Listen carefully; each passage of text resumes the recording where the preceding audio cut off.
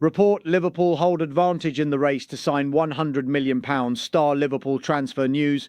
Morgan Rogers emerges as statement signing target. Liverpool's forward planning rarely lacks intent, and this summer appears no different. Fresh reports, originally from TalkSport, suggest the Reds are seriously considering a move for Aston Villa's Morgan Rogers, with sporting director Richard Hughes positioned as a central figure in any potential deal.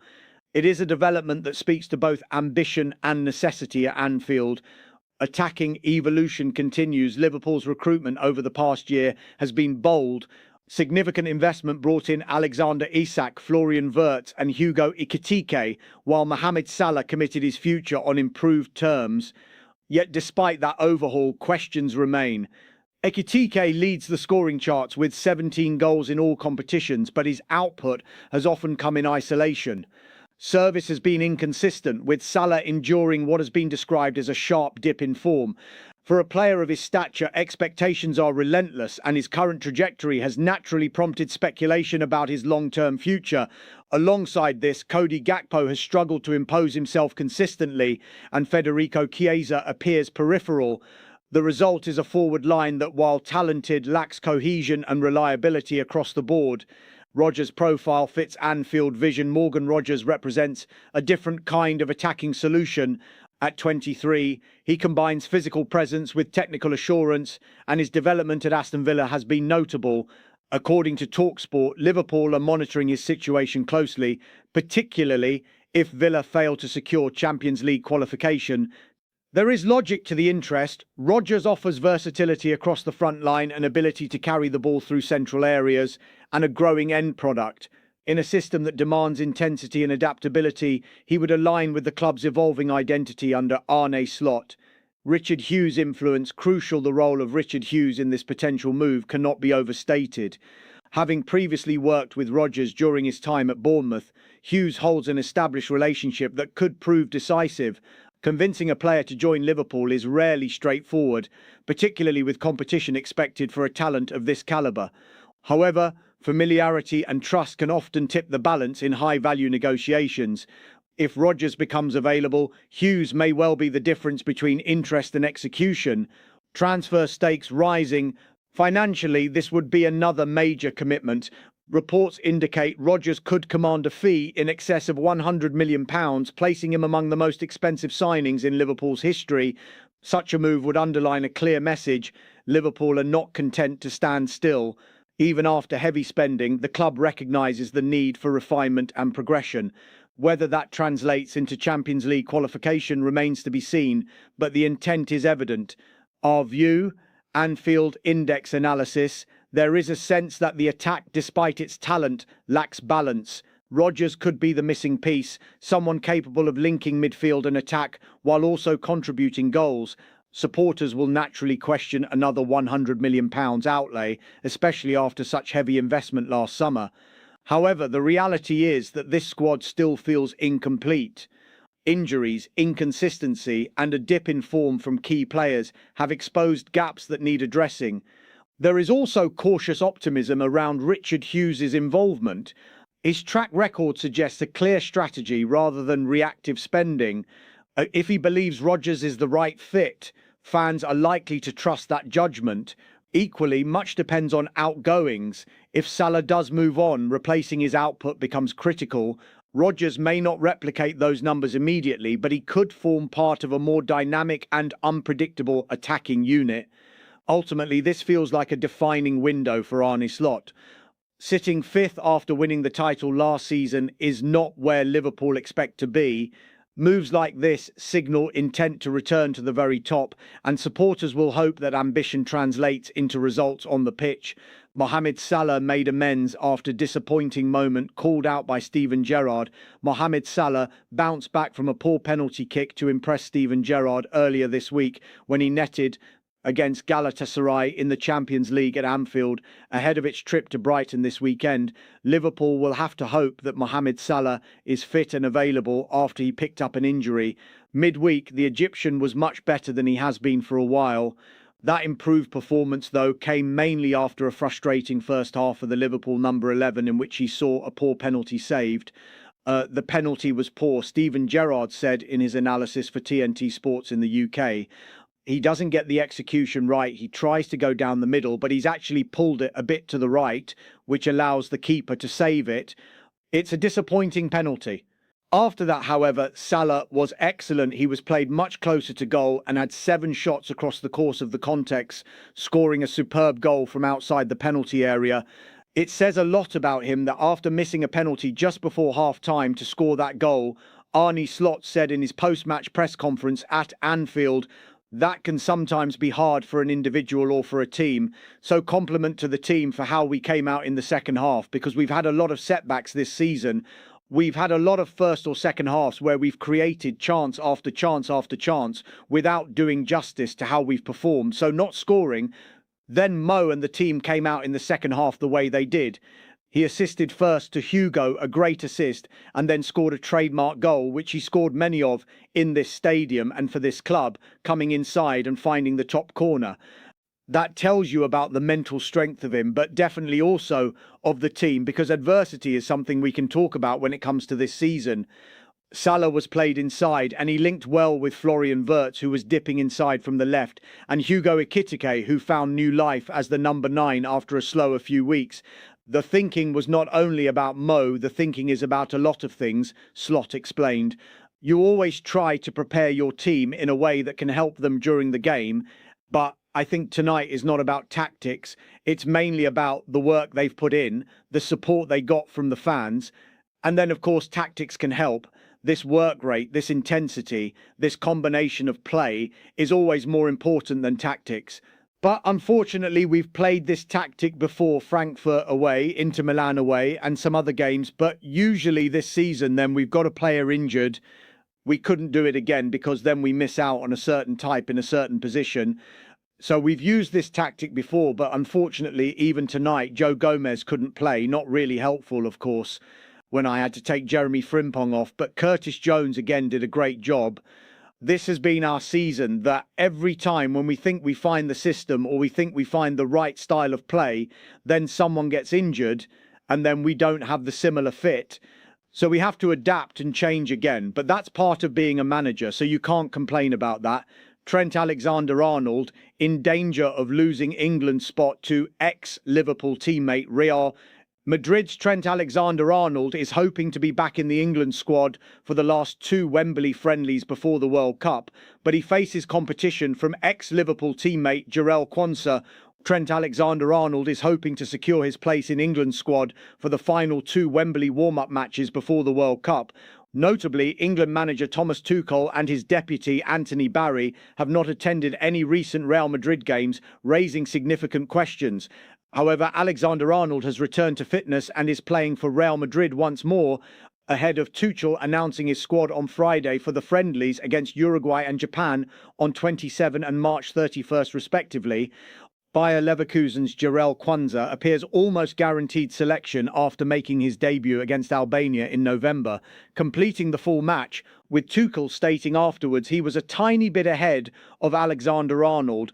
Quansah offers versatility, capable of operating at centre-back on the right side of a back 3 and as a right-back in Albania, addressing England's current difficulties in that position. Chelsea's Reece James remains a firm Tuchel favourite, but the defender is now battling to regain fitness for the World Cup following yet another hamstring setback. This leaves Tuchel weighing up his selections for the final preparation matches before announcing his World Cup squad, and he may well name an expanded group to account for potential injuries and complications ahead of next Tuesday's gathering. Alexander-Arnold hasn't featured for England since June 2025, but injuries coupled with an inconsistent spell at Madrid mean his place in the squad is far from guaranteed. Tuchel indicated after the last qualifier in Albania that he would contact around 55 players to discuss their prospects, specifically naming Alexander-Arnold among them. Newcastle's Tino Livramento presents another option at right-back, while Jed Spence has found form elusive during Tottenham's patchy run. Everton manager David Moyes has been backing James Garner. Jude Bellingham has been sidelined with a hamstring problem, but Real Madrid confirmed this week he's returned to first-team training, though he wasn't included in the squad that triumphed at Manchester City on Tuesday night. England manager Tuchel attended Chelsea's loss to Paris Saint-Germain on Tuesday, where Trevoh Chalobah was carried off on a stretcher, although Liam Rosenior expressed hope the injury wasn't as serious as initially thought. Lewis Hall and Nico O'Reilly are both leading candidates for the left-back position, whilst Luke Shaw's recent displays may have brought him into consideration. Arsenal will be concerned about Declan Rice's participation in both fixtures, given the number of matches he's already played. Newcastle's Harvey Barnes chose not to make himself available for Scotland, seemingly holding out for a call from England, but time is ticking. Meanwhile, Marcus Rashford remained unused on the bench during Barcelona's 7-2 victory over Newcastle on Wednesday. Arne Slot just found winning formula that could deliver Liverpool the Champions League. Liverpool head coach Arne Slot didn't want to take credit for his side's win over Galatasaray in the Champions League, but he undoubtedly found a formula that worked. It could have been 10. That was what Hugo Ekitike said after Liverpool set up a rematch with PSG this week by demolishing Galatasaray 4-0 in the Champions League. And while there have been a few false dawns already this season, and it would therefore be unwise to think that this is definitively a corner turned, this was clearly a much better attacking performance. It was the first time that Arne Slot had put this particular starting 11 together, and it looked much more fluent. Liverpool racked up more than 5 expected goals, and though not every team will be as open and willing to leave gaps for the Reds to exploit as Galatasaray was, the patterns of play and clever combinations that were being woven have not been seen often this term. Milos Kerkez put in his best performance of the season, the kind of showing that most people expected when he arrived from Bournemouth last summer.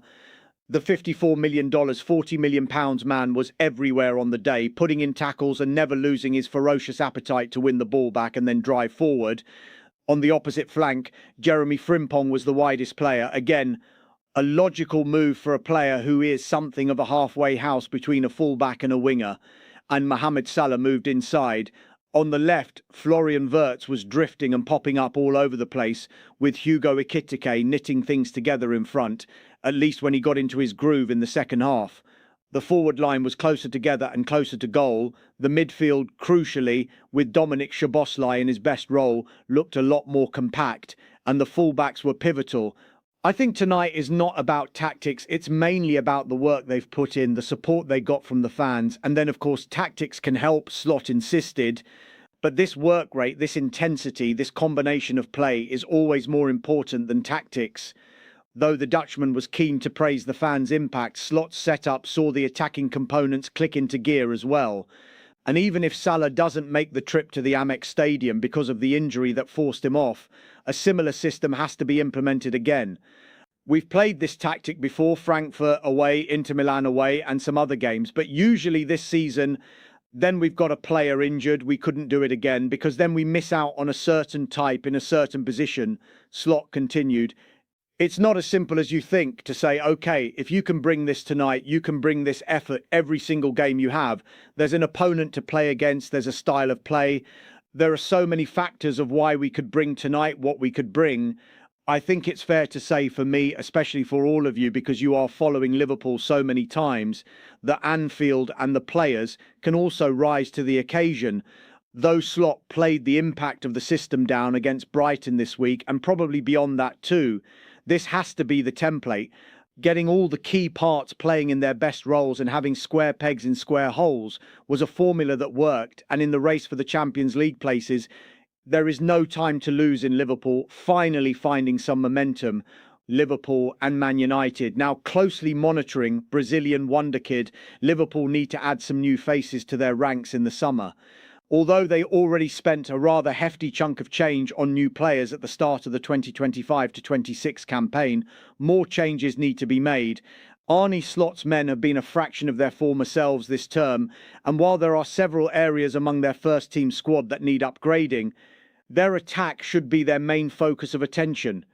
Indeed, Alexander Isak will be fully fit by the start of the 2026-27 season, but even when the Sweden international returns, fans will still be wondering what Arne Slot's and Richard Hughes' plans for their wings will be. Mohamed Salah and Cody Gakpo have been miles off the pace this term, and if changes aren't made, some serious questions will need to be asked. There are many players that Liverpool could try and sign, but now it seems like they have their eyes set on one particular player. Liverpool eyeing move for Bournemouth's Rayan. Unlike Liverpool, Bournemouth have actually done rather well this season, especially since they lost most of their key players in the summer transfer window. Andoni Iraola has done a remarkable job during his time in charge of the Cherries, with their recruitment being rather special. The same happened again this season with Bournemouth signing Rayan during the January transfer window to replace Antoine Semenyo. Since arriving at the Vitality Stadium, the 19-year-old has gone from strength to strength with his 3-goal contributions catching the eye of Liverpool. That is according to an update from Team Talk, who share that the Brazilian is attracting serious interest from some of Europe's biggest clubs. Liverpool, Manchester United, Paris Saint-Germain and Real Madrid have all been closely monitoring the youngster, with each club being left hugely impressed by his recent performances. Despite the interest from Europe's elite, Bournemouth added an £86.5 million release clause into his contract to try and keep hold of the winger for as long as possible. Rayan could be an alternative option to Yan Diomande. From all the rumours that have emerged over the last few months, it's clear that Liverpool will be looking at bringing a new winger in during the summer transfer window. Salah will be entering the final year of his contract, and the form of Gakpo has left a lot to be desired. Indeed, players such as Rio Ngumoa could end up breaking into the Reds' starting 11 more often next season, but since he's still so young, some more experienced players are certainly needed. Indeed, Rayan and Yan Diomande, who are two of the most likely players to join at the moment, are both only 19, but since they've had more experience at a decent level, each of them could come in and become Salah's successor. There's obviously a fair few options for Hughes and Slot to explore in the upcoming summer transfer window, but seeing as though Rayan is managing a goal or assist every 180 minutes for Bournemouth despite only joining in January, it's clear that he's an exceptional talent. However, whether Liverpool are willing to risk spending £86.5 million on either of the aforementioned wingers remains to be seen. Turkish media grateful as Virgil van Dijk singles out only Galatasaray hero. Liverpool knocked Galatasaray out of the Champions League on Wednesday, with Virgil van Dijk singling out one of the visiting players for praise. After a strong performance, Turkish media were left in agreement with Liverpool captain Virgil van Dijk after Galatasaray was eliminated from the Champions League at the hands of Arne Slot's side on Wednesday. While Liverpool won 4-0 and sailed through with a good performance, the scoreline could have been a lot more severe had the visiting goalkeeper Ugurcan Kakir not been in good form. The 29-year-old let in 4 efforts, but Liverpool racked up 5.43 expected goals across 32 shots. The Turkish outlet Haberler noted that Shakir played well and commended Van Dijk for praising him. The Liverpool star felt that his team could have won by even more had it not been for Galatasaray's star man. I think we could have scored many more goals, but the Galatasaray goalkeeper, despite conceding 4 goals, still put in a very good performance, Van Dijk said. We suffered both of our defeats against Galatasaray away. I think the Galatasaray fans played a huge role in the home team's victory. Today, however, we were at home and performed well. Liverpool looked at its most free-flowing in attack in this game, with Mohamed Salah performing well and Florian Wirtz cropping up all over the field despite starting on the left. Yeah, but it's not as simple as you think to say, OK, if you can bring this tonight, you can bring this effort every single game you have. Arne Slot insisted when asked if this was the formula for future success. There's an opponent to play against, there's a style of play. There are so many factors that why we could bring tonight what we could bring. I think it's fair to say for me, especially for all of you, because you are following Liverpool so many times, that Anfield and the players can also rise to the occasion. I think there have been many moments or parts of games where we showed this, but usually we have 10 minutes where we drop down a little bit or the other team takes over, and that's 99 out of 100 times have been the moments where we conceded, because that's the first chance of them and they scored. Now, today that didn't happen because we did not concede at all and we didn't drop at all in terms of our intensity. So, yeah, we would like us to perform every single time at this level. Unfortunately, for the 5th, 6th time now, I think that we only get 2 days rest to go to Brighton. Early kickoff, for me, that's not realistic. You see more and more players get injured in this period of time because it's such a tight schedule. We should have been given a bit more rest, but that hasn't happened a lot to us this season. Brighton is an intense team we're going to face, and we will bring the best game possible again on Saturday. But you cannot compare Brighton to Galatasaray, or you cannot compare Tottenham to Galatasaray. Every game has its own story. I hope this is the standard we are looking for, so let's see if we can bring that every single time from now on. Liverpool need to give Dominic Szoboszlai contract he deserves after powerful Anfield reminder. The Paul Gorse verdict from Anfield as Liverpool stormed to a 4-0 Champions League win over Galatasaray to set up a quarter-final showdown with Paris Saint-Germain for a club whose European exploits are woven into its fabric. It's been far too long since Anfield enjoyed a Champions League night like this. It's been nearly 4 years, in fact, since Liverpool last won a Champions League knockout game at home, and those famous nights the regulars here boast about have been quietly in danger of becoming consigned to history as a result. And while this comfortable 4-0 victory over an obstinate but ordinary Galatasaray won't stand the test of time, like some of the genuinely extraordinary nights over the years, there was enough stardust sprinkled around to remind those who might have needed it of what can be produced at this ground on these sorts of occasions. At the third time of asking this season, the Reds beat the Turkish Super League champions who wilted under the Merseyside lights, specifically in the second half when the English Premier League champions' dominance was finally reflected on the scoreboard. This place can still be decisive, and the fact that Jeremy Frimpong, Hugo Ekitike, Dominic Szoboszlai and Ibrahima Konate were all seen asking supporters to turn up the volume levels further at various times throughout suggested the players know that too. Despite a generally disgruntled set of locals, those who either left early or booed after Sunday's 1-1 draw with relegation-threatened Tottenham Hotspur, Anfield can still be a powerful weapon for Slot and his players. They must learn how to properly harness that as they now prepare for a showdown with holders Paris Saint-Germain in the quarter-finals. Last week's 1-0 reverse in Istanbul was more concerning for its wider context for a team who have struggled during a chastening sophomore season for head coach Arne Slot. But a second-half blitz here, following a first-half strike from Szoboszlai, was enough to see off Okan Buruk's gala, who arrived in L4 without any official support save for 250 VIPs, after UEFA's ruling regarding their conduct at Juventus in the previous round. Few will be confident enough yet to book those flights for the Budapest final, but this intriguing Champions League campaign rolls on into the last 8. Not since they were finalists in 2022 have Liverpool gone this deep into Europe's premier competition, and that is not to be sniffed at, especially this year. A start that delivered far more aggression and intensity than at any other point in recent months was given its reward when a cleverly worked corner routine saw Alexis McAllister pick out an on-rushing Szoboszlai who cushioned home with the instep of his left foot. It was a superb piece of play to bring up Szoboszlai's 12th goal of the campaign, and the hungry midfielder shone in his preferred midfield role.